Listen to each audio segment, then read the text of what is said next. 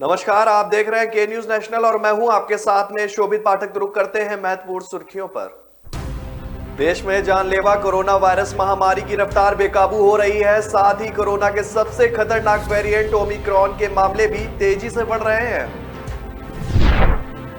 पंजाब में कांग्रेस के मुख्यमंत्री पद को लेकर झगड़ा एक बार फिर बढ़ गया है। एक तरफ सीएम चरणजीत सिंह चन्नी है और दूसरी तरफ पंजाब प्रदेश कांग्रेस के अध्यक्ष नवजोत सिंह सिद्धू हैं। प्रधानमंत्री नरेंद्र मोदी गुरुवार शाम 4:30 बजे सभी राज्यों के मुख्यमंत्रियों से कोविड-19 के चलते पैदा हुई नई परिस्थितियों पर चर्चा करेंगे। देश भर के हजारों लोगों से प्रधानमंत्री रोजगार गारंटी योजना के नाम पर लोन दिलाने की बात कर ठगी का मामला सामने आया है।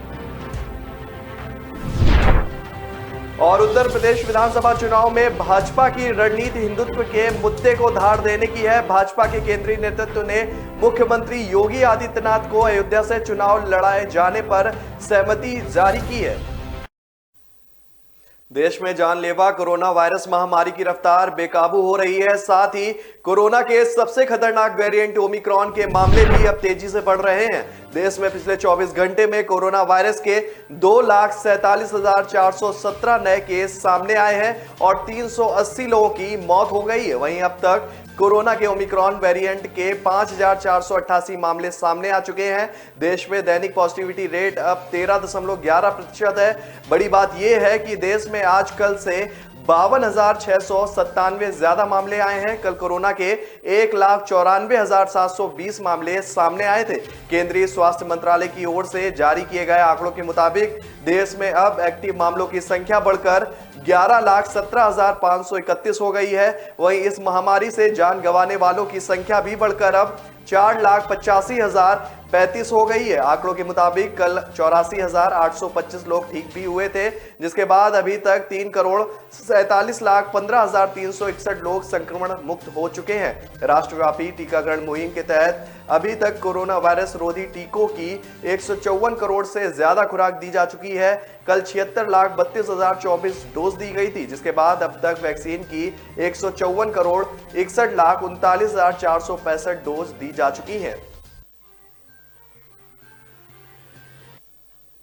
पंजाब में कांग्रेस के मुख्यमंत्री पद को लेकर झगड़ा एक बार फिर से बढ़ गया है। एक तरफ सीएम चरणजीत सिंह चन्नी और दूसरी तरफ पंजाब प्रदेश कांग्रेस के अध्यक्ष नवजोत सिंह सिद्धू कांग्रेस आला कमान की सिरदर्दी बन गए हैं। इसकी वजह से पंजाब चुनाव के लिए अपने उम्मीदवारों की सूची पर मंथन करे कि सीएम के चेहरे पर की गुत्थी सुलझाई जाएगी। सिद्धू भले ही प्रदेश अध्यक्ष हैं, लेकिन 2 दिन पहले सिद्धू खुद को अलग सीएम के तौर पर प्रोजेक्ट करते हुए दिखे। उन्होंने पार्टी का घोषणा पत्र आने से पहले ही चंडीगढ़ में बकायदा अपना अलग पंजाब मॉडल सामने रखा। सबसे दिलचस्प बात यह है कि सिद्धू के इस पंजाब मॉडल के बैनर में मुख्यमंत्री चरणजीत सिंह चन्नी की तस्वीर ही गायब थी। इसके बाद तो सिद्धू ने कांग्रेस हाईकमान को भी खुलेआम चैलेंज कर दिया। उन्होंने एक सवाल का जवाब देते हुए कहा कि भाई सीएम बनाएंगे पंजाब के, आपको किसने कह दिया है कि हाईकमान बनाएगा सीएम? आपको किसने कहा? पंजाब के लोगों ने एमएलए भी 5 साल पहले ही बना दिया था। एमएलए बनूंगा या नहीं ये पंजाब के लोग तय करेंगे। पंजाब के लोग तब फैसला लेंगे जब कोई एजेंडा होगा। इसलिए ये बात भूल जाइए, ये पंजाब के लोगों ने ही एमएलए बनाना है और पंजाब के लोगों ने ही मुख्यमंत्री बनाना है। प्रधानमंत्री नरेंद्र मोदी गुरुवार शाम 4:30 बजे सभी राज्यों के मुख्यमंत्रियों के साथ कोविड-19 के चलते पैदा हुई नई परिस्थितियों पर चुनावी चर्चा करेंगे और तेजी से फैलती कोरोना महामारी की तीसरी लहर के बीच अभी बीते रविवार को ही प्रधानमंत्री नरेंद्र मोदी ने उच्च अधिकारियों के साथ एक बैठक भी की थी और महामारी से निपटने की तैयारियों का जायजा भी लिया था। इस बीच प्रधानमंत्री नरेंद्र मोदी ने बुधवार को तमिलनाडु के 11 सरकारी मेडिकल कॉलेजों का उद्घाटन करते हुए कहा कि आने वाला समय उसी समाज का होगा जो स्वास्थ्य सेवाओं में निवेश करेगा। उन्होंने कहा कि कोविड-19 की महामारी ने स्वास्थ्य क्षेत्र की महत्व को फिर से रेखांकित किया है। मेडिकल कॉलेजों के वर्चुअल तरीके से उद्घाटन के बाद अपने संबोधन में प्रधानमंत्री ने कहा कि भारत सरकार ने स्वास्थ्य क्षेत्र में काफी सुधार किए हैं। महामारी से सीख लेते हुए हम सभी देशवासियों के लिए समाज सेवी और गुणवत्ता युक्त स्वास्थ्य सेवा सुनिश्चित करने का काम कर रहे हैं। इन 11 कॉलेजों में मेडिकल की कुल 1450 सीटें होंगी। पीएम मोदी ने कहा कि देश का कोविड टीकाकरण अभियान उल्लेखनीय प्रगति कर रहा है। पीएम ने 15-18 साल के किशोरों के टीकाकरण और बूस्टर डोज अभियान का भी जिक्र किया। उन्होंने गरीबों को गुणवत्ता युक्त और किफायती स्वास्थ्य सुविधा मुहैया कराने के लिए भी आयुष्मान भारत योजना को धन्यवाद दिया है। देश भर के हजारों लोगों से प्रधानमंत्री रोजगार गारंटी योजना के नाम पर लोन दिलाने की बात कर ठगी का मामला सामने आया है। आरोपी लोन की रकम के साथ सब्सिडी दिलाने का झांसा देकर फर्जीवाड़ा करते दिखे। पुलिस ने 25 महिलाओं समेत 28 लोगों को गिरफ्तार किया है। गिरोह रामगढ़ महेंद्र पार्क इलाके में फर्जी कॉल सेंटर चलाकर ठगी कर रहा था। पुलिस ने आरोपियों के पास से 19 मोबाइल फोन, 4 कंप्यूटर, 1 लैपटॉप, 83,500 नगद रुपए बरामद किए हैं। पकड़े गए 4 मुख्य आरोपियों की पहचान गाजियाबाद निवासी सुनीता शर्मा, दिल्ली निवासी योगेश मिश्रा, सुभान खान और दीकू के रूप में हुई है, जबकि 2 मुख्य आरोपी फरार हो गए। पुलिस आरोपी योगेश और सुभान को रिमांड पर लेकर पूछताछ कर रही है। फर्जीवाड़े के 2 मुख्य आरोपी सुशील भारती और विजय भारती फरार हो गए हैं। पुलिस उनकी तलाश में जुटी है। पुलिस उपायुक्त प्रणव तायल ने बताया कि सेक्टर 5 रोहिणी निवासी महिला ने बुद्ध विहार थाने में ठगी की शिकायत दर्ज कराई थी। पीड़िता के पास सतीश नाम शख्स का कॉल आया था। कॉलर ने खुद को बैंक का कर्मचारी बताकर लोन देने का ऑफर दिया था। आरोपी ने बताया कि प्रधानमंत्री रोजगार गारंटी योजना के तहत बैंक कम ब्याज दरों पर लोन दे रहा है। उत्तर प्रदेश विधानसभा चुनाव में भाजपा की रणनीति हिंदुत्व के मुद्दे को धार देने की है। भाजपा के केंद्रीय नेतृत्व ने मुख्यमंत्री योगी आदित्यनाथ को अयोध्या से चुनाव लड़ाए जाने पर सैद्धांतिक सहमति तो दे दी है, लेकिन मथुरा का विकल्प भी खुला रखा है। भाजपा की रणनीति इस चुनाव में भी बीते 2 लोकसभा और 1 विधानसभा चुनाव की तरह ही हिंदुत्व के साथ सामाजिक न्याय की राजनीति साधे रखने की है।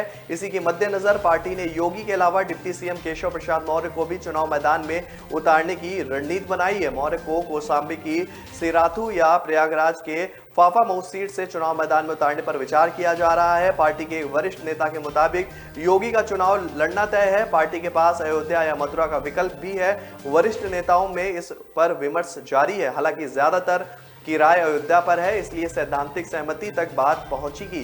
कुछ नेताओं की राय अब भी मथुरा मुद्दे को धार देने के लिए बताई जा रही है, लेकिन मथुरा में मौजूदा विधायक श्रीकांत शर्मा ने अपनी तैयारी शुरू कर दी है।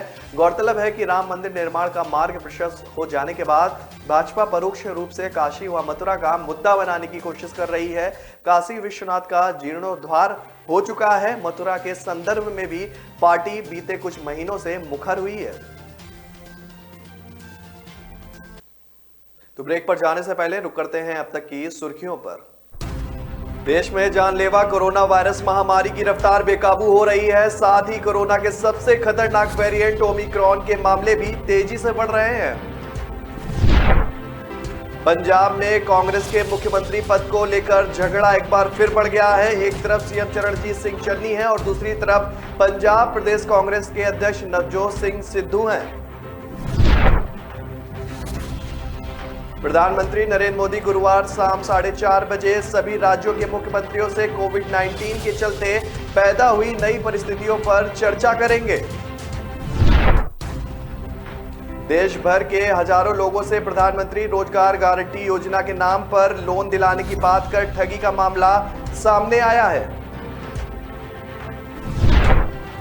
और उत्तर प्रदेश विधानसभा चुनाव में भाजपा की रणनीति हिंदुत्व के मुद्दे को धार देने की है। भाजपा के केंद्रीय नेतृत्व ने मुख्यमंत्री योगी आदित्यनाथ को अयोध्या से चुनाव लड़ाए जाने पर सहमति जारी की है।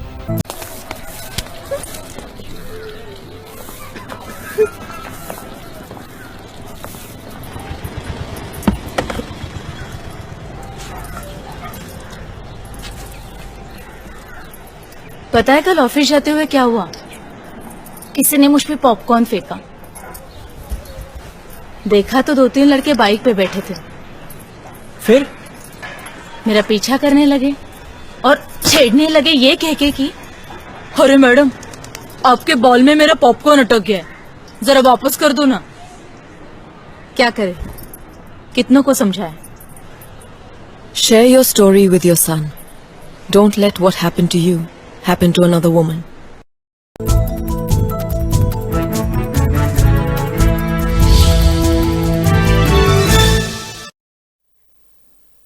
ब्रेक के बाद फिर स्वागत है आपका। रुक करते हैं आगे की खबरों पर। केंद्र की मोदी सरकार ओबीसी आरक्षण के लिए क्रीमी लेयर की सीमा को 8 लाख से बढ़ाकर 12 लाख करने की तैयारी में है। इसके अलावा सामाजिक न्याय एवं अधिकारिता मंत्रालय इस बात पर भी विचार कर रही है कि सालाना इनकम में सैलरी और खेती से हुई कमाई को भी शामिल किया जाए या नहीं। फिलहाल सरकारी नौकरियों और उच्च शिक्षण संस्थानों में अन्य पिछड़ा वर्ग के लिए 27% का आरक्षण है। फिलहाल इस आरक्षण के लिए 8 लाख तक की सालाना आय की सीमा तय की गई है। इससे अधिक सालाना कमाई वाले लोगों को आरक्षण नहीं मिलता है। 5 राज्यों के चुनाव से पहले केंद्र सरकार की यह पहल खासी महत्वपूर्ण हो सकती है। इससे संबंधित एक कमेटी की सिफारिशें गृह मंत्रालय के पास 1 साल से लंबित है। मंत्रालय के मुताबिक त्रिवार्षिक समीक्षा बैठक में इस मुद्दे पर कैबिनेट नोट भी तैयार हुआ था, लेकिन उसे वापस ले लिया गया। अब उस पर पुनर्विचार किया जा रहा है। मंत्रालय ने यह भी आकलन कर रहा है कि गणना की जाने वाली सालाना आय में कृषि से होने वाली आय को शामिल किया जाए या नहीं। आर्थिक वर्गीकरण आमतौर पर 3 साल के बाद होता है। 2017 में एनडीए सरकार ने आय सीमा को 6 लाख से बढ़ाकर 8 लाख कर दिया था। इससे पूर्व 2013 में यूपीए सरकार ने इसे 4.5 लाख से बढ़ाकर 6 लाख किया था। 2020 की समीक्षा से पहले मंत्रालय ने सेवानिवृत्त सचिव बीपी शर्मा की अगुवाई में समिति बनाई थी। कमेटी का जो रोड मैप था वार्षिक आय की समीक्षा और क्रीमी लेयर कसौटी तय करने के लिए मापदंडों पर फिर से विचार करना था।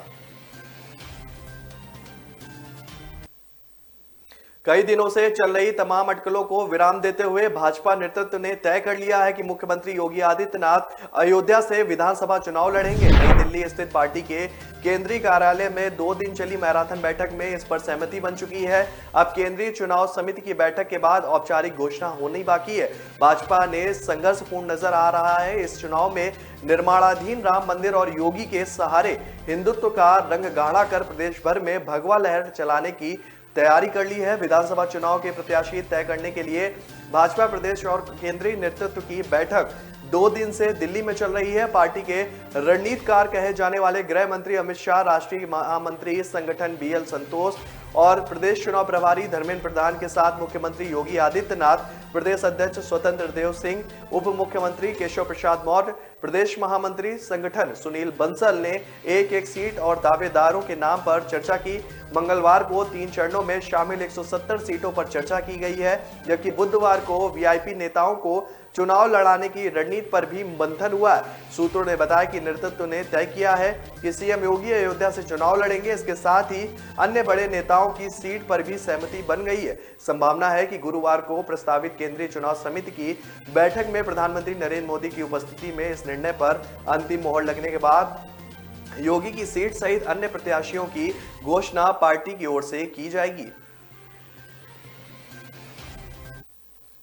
उत्तर प्रदेश की राजनीति में जारी उठापटक के बीच समाजवादी पार्टी के अध्यक्ष अखिलेश यादव ने बुधवार को गठबंधन के सहयोगियों के साथ बैठक कर विधानसभा सीटों पर अंतिम मोहर लगा दी है। पहले व दूसरे चरण के चुनाव के लिए अब प्रत्याशियों की घोषणा 1-2 दिनों में हो सकती है। इस बीच सपा प्रमुख ने शरद पवार की राष्ट्रवादी कांग्रेस पार्टी से गठबंधन के संयुक्त प्रत्याशी के रूप में बुलंदशहर की अनूप शहर सीट से के शर्मा को चुनाव लड़ाने की घोषणा की है। अखिलेश ने जनेश्वर मिश्र ट्रस्ट में गठबंधन के सहयोगी दलों के नेताओं की बैठक भी बुलाई थी। बैठक में प्रसपा प्रमुख और चाचा शिवपाल सिंह यादव और उनके बेटे आदित्य यादव, सुभाषपा प्रमुख ओम प्रकाश राजभर, महान दल के केशव देव मौर्य, अपना दल के कामेरी वादी के कृष्णा पटेल, जनवादी पार्टी सोशलिस्ट के संजय चौहान, रालोद के प्रदेश अध्यक्ष डॉक्टर मसूद अहमद व एनसीपी के के शर्मा भी मौजूद रहे। सूत्रों के अनुसार बैठक में सहयोगी दलों को दी जाने वाली सीटों पर भी अंतिम रूप से चर्चा की गई।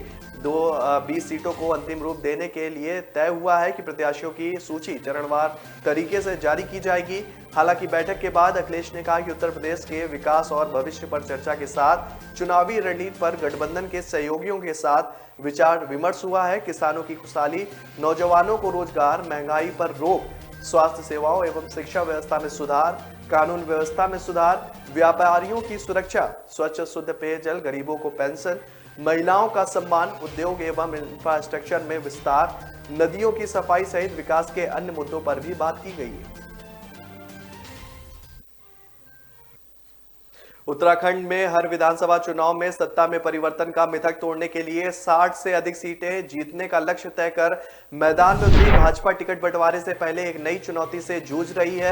पिछले विधानसभा चुनाव में अपने प्रदर्शन को दोहराने की चुनौती से पार पाने के लिए भाजपा अपने कमजोर माने जा रहे 1/3 विधायकों की जगह नए चेहरों को मौका देना चाहती है, मगर सशक्त विकल्पों के अभाव में पार्टी को इससे पीछे हटना पड़ सकता है। जिस तरह के संकेत मिल रहे हैं, भाजपा अब अपने अधिकांश विधायकों को फिर से मैदान में उतार सकती है। महज 8 से 10 विधायकों के टिकट पर संकट नजर आ रहा है। प्रत्याशियों की पहली सूची नामांकन प्रक्रिया शुरू होने से पहले जारी करने की तैयारी भी है। शेष नाम 25 जनवरी तक फाइनल हो सकते हैं। उत्तराखंड विधानसभा चुनाव के लिए दूसरे चरण में 14 फरवरी को मतदान होना है। इसके लिए 28 जनवरी तक नामांकन किए जाएंगे। इसका मतलब हुआ कि अगर राजनीतिक दलों के पास अपने 70 प्रत्याशी घोषित करने के लिए 2 सप्ताह का समय शेष है। भाजपा पिछले 3-4 महीनों से जिताऊ प्रत्याशियों की तलाश कर रही है। पिछले वर्ष अगस्त में भाजपा अध्यक्ष जेपी नड्डा के उत्तराखंड प्रवास के दौरान मंथन के बाद यह बात सामने आई थी कि प्रदर्शन के पैमाने पर खरा न उतरने वाले विधायकों को इस चुनाव में मौका नहीं दिया जाएगा। तब ऐसे विधायकों की संख्या लगभग 1.5 दर्जन बताई गई थी। गिलगिट बलूचिस्तान और पाक अधिकृत कश्मीर को लेकर पाकिस्तान सरकार की अपने ही देश में किरकिरी हुई है।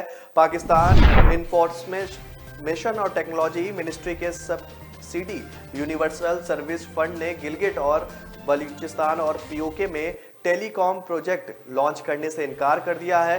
यूनिवर्सल सर्विस फंड का कहना है कि संवैधानिक रूप से यह क्षेत्र पाकिस्तान का हिस्सा नहीं है। अपने लेटर में यूएसएफ ने कहा है कि इस वजह से सेलुलर मोबाइल कंपनियां यहां टेलीकॉम प्रोजेक्ट लॉन्च करने से इनकार कर सकती हैं। यह स्थिति पाकिस्तान सरकार के लिए बेहद शर्मिंदगी भरी है। भारत हमेशा से कहता आया है कि गिलगिट बलूचिस्तान और पीओके पर पाकिस्तान ने गैर कानूनी रूप से कब्जा कर लिया है। यहाँ के निवासी भी पाकिस्तान सरकार के इस रवैये से नाराज है। दरअसल इन इलाकों में मुख्यमंत्री खालिद खुर्शीद ने यूएसएफ ने अपनी सेवाएं इस क्षेत्र में बढ़ाने का आग्रह भी किया था। वह चाहते थे कि एजेंसी जल्द से जल्द इस प्रोजेक्ट को शुरू कर दे ताकि इस पर्वतीय क्षेत्र में बेहतर इंटरनेट कनेक्टिविटी मिल सके। वहीं यूएसएफ पाकिस्तान के अन्य हिस्सों में बिना किसी परेशानी के काम कर रही है। पाकिस्तान चीन के प्रभाव के चलते इन इलाकों में निर्माण कार्य को बढ़ावा दे रहा है और ऐसा वह चीन पाकिस्तान के बीच इकोनॉमिक कॉरिडोर के चलते कर रहा है। भारतीय जांच एजेंसियों के सूत्रों का कहना है कि इन इलाकों और पीओके पर पाकिस्तान का पाखंड जो है बेनकाब हुआ है और इन दोनों क्षेत्रों के लोगों को यह बात समझ में भी आ गई है और वे अपने हक के लिए खड़े हो गए हैं। तो ब्रेक पर जाने से पहले रुक करते हैं अब तक की सुर्खियों पर। देश में जानलेवा कोरोना वायरस महामारी की रफ्तार बेकाबू हो रही है। साथ ही कोरोना के सबसे खतरनाक वेरिएंट ओमिक्रॉन के मामले भी तेजी से बढ़ रहे हैं। पंजाब में कांग्रेस के मुख्यमंत्री पद को लेकर झगड़ा एक बार फिर बढ़ गया है। एक तरफ सीएम चरणजीत सिंह चन्नी है और दूसरी तरफ पंजाब प्रदेश कांग्रेस के अध्यक्ष नवजोत सिंह सिद्धू हैं। प्रधानमंत्री नरेंद्र मोदी गुरुवार शाम 4:30 बजे सभी राज्यों के मुख्यमंत्रियों से कोविड-19 के चलते पैदा हुई नई परिस्थितियों पर चर्चा करेंगे। देश भर के हजारों लोगों से प्रधानमंत्री रोजगार गारंटी योजना के नाम पर लोन दिलाने की बात कर ठगी का मामला सामने आया है। और उत्तर प्रदेश विधानसभा चुनाव में भाजपा की रणनीति हिंदुत्व के मुद्दे को धार देने की है। भाजपा के केंद्रीय नेतृत्व ने मुख्यमंत्री योगी आदित्यनाथ को अयोध्या से चुनाव लड़ाए जाने पर सहमति जारी की है। न ऐश का न द्वेष का, यह दंगल है देश का। सुलगती समस्याओं के जुलसते सवालों का होगा दंगल देश का। प्रशासन के प्रश्नों को लेकर होगा दंगल देश का। शिक्षा, स्वास्थ्य, समाज, कानून और व्यवस्था के आज क्या है हालात। सोमवार से शुक्रवार रोज रात 8 बजे जलपा क्षत्रिय के साथ दंगल देश का।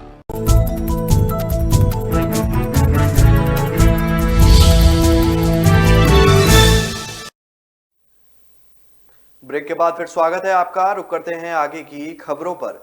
प्रधानमंत्री नरेंद्र मोदी के नेतृत्व में आज दिल्ली में बीजेपी केंद्रीय चुनाव समिति की बैठक हो रही है। इस बैठक में विधानसभा चुनाव के लिए उम्मीदवारों के नाम पर अंतिम मोहर लगेगी। यूपी समेत 5 राज्यों में होने वाले आगामी विधानसभा चुनाव के लिए बीजेपी में उच्च स्तरीय बैठक पिछले 2 दिन से लगातार चल रही है। एक बार फैसला होने के बाद पहले और दूसरे चरण के लिए नामों का ऐलान 1-2 दिन में किया जा सकता है। पिछले 2 दिनों में गृह मंत्री अमित शाह, संगठन महासचिव BL संतोष, CM Yogi Adityanath, deputy CM Keshav Prasad Maurya और दिनेश शर्मा समेत पार्टी से जुड़े अन्य वरिष्ठ नेता लगातार उम्मीदवारों के नामों को लेकर चर्चा कर रहे हैं। आज भी बैठक जारी रहेगी। इस बीच आपको बता दें कि बीते 2 दिनों में यूपी की योगी सरकार और बीजेपी में जिस तरह से इस्तीफों की झड़ी लगी है, उसे देखते हुए अटकलें लग रही हैं कि अभी और इस्तीफे भी हो सकते हैं। सूत्रों से ऐसा पता चला है कि ऐसे कुल 13 विधायकों की लिस्ट है जो बीजेपी छोड़ सकते हैं। स्वामी प्रसाद मौर्य तो 14 तारीख को धमाका करने की बात कह चुके हैं। मंगलवार 11 जनवरी को कैबिनेट मंत्री स्वामी प्रसाद मौर्य ने इस्तीफा का ऐलान करके धमाका कर दिया है। उनके साथ 3 अन्य विधायकों ने बीजेपी छोड़ दी है। इसके अगले ही दिन यानी कि 12 जनवरी को वन और पर्यावरण मंत्री दारा सिंह चौहान का भी इस्तीफा हो गया। इस तरह यूपी में बीजेपी 2 दिन में कुल 7 विधायकों से हाथ धो बैठी है।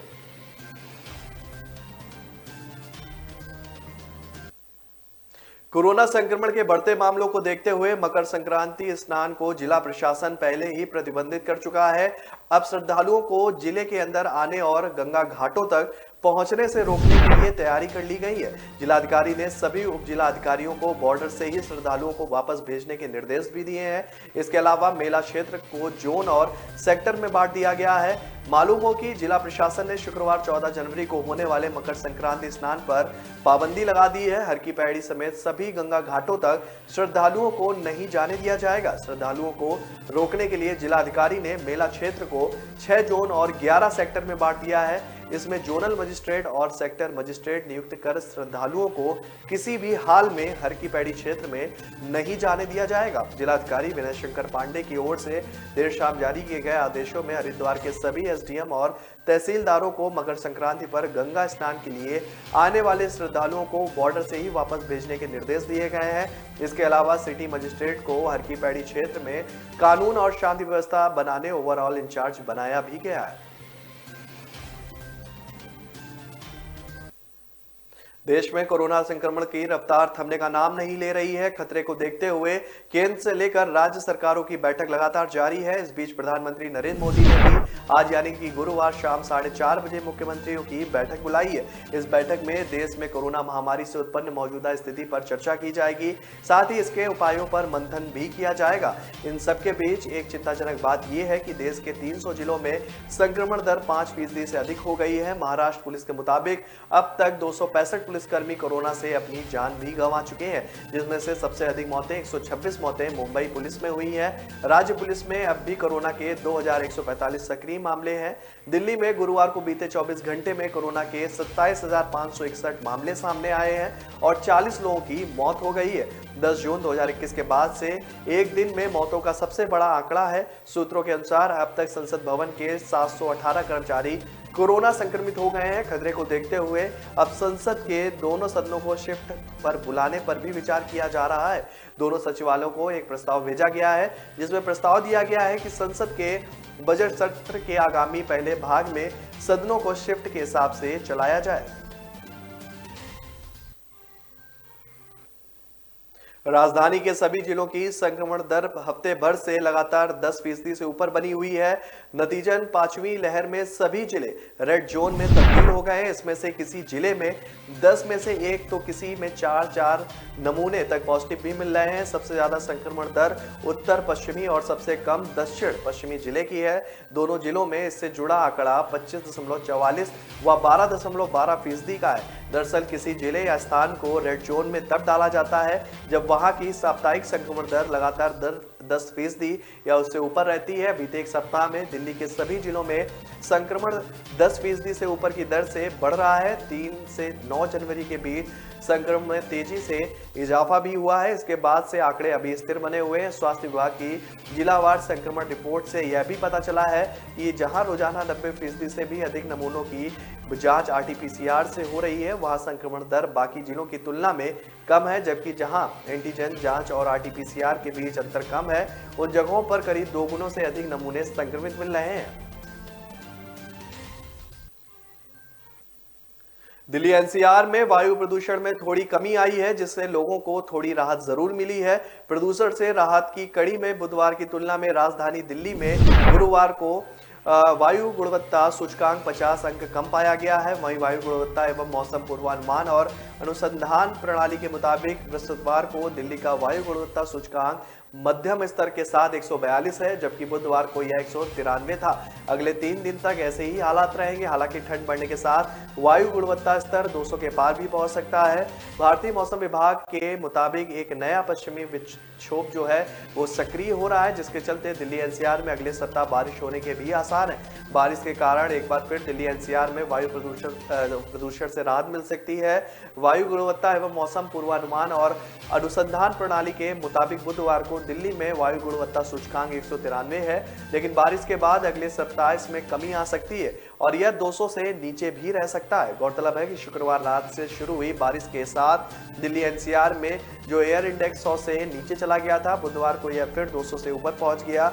सफर का कहना है कि अगले 3-4 दिनों में कमोबेश यही स्थिति बनी रहने के आसार हैं। तो फिलहाल इस बुलेटिन में मेरे साथ इतना ही। आगे की खबरों के लिए बने रहिए के न्यूज नेशनल के साथ। नमस्कार। देश में जानलेवा कोरोना वायरस महामारी की रफ्तार बेकाबू हो रही है। साथ ही कोरोना के सबसे खतरनाक वेरिएंट ओमिक्रॉन के मामले भी तेजी से बढ़ रहे हैं। पंजाब में कांग्रेस के मुख्यमंत्री पद को लेकर झगड़ा एक बार फिर बढ़ गया है। एक तरफ सीएम चरणजीत सिंह चन्नी है और दूसरी तरफ पंजाब प्रदेश कांग्रेस के अध्यक्ष नवजोत सिंह सिद्धू हैं। प्रधानमंत्री नरेंद्र मोदी गुरुवार शाम 4:30 बजे सभी राज्यों के मुख्यमंत्रियों से कोविड-19 के चलते पैदा हुई नई परिस्थितियों पर चर्चा करेंगे। देश भर के हजारों लोगों से प्रधानमंत्री रोजगार गारंटी योजना के नाम पर लोन दिलाने की बात कर ठगी का मामला सामने आया है। और उत्तर प्रदेश विधानसभा चुनाव में भाजपा की रणनीति हिंदुत्व के मुद्दे को धार देने की है। भाजपा के केंद्रीय नेतृत्व ने मुख्यमंत्री योगी आदित्यनाथ को अयोध्या से चुनाव लड़ाए जाने पर सहमति जारी की है।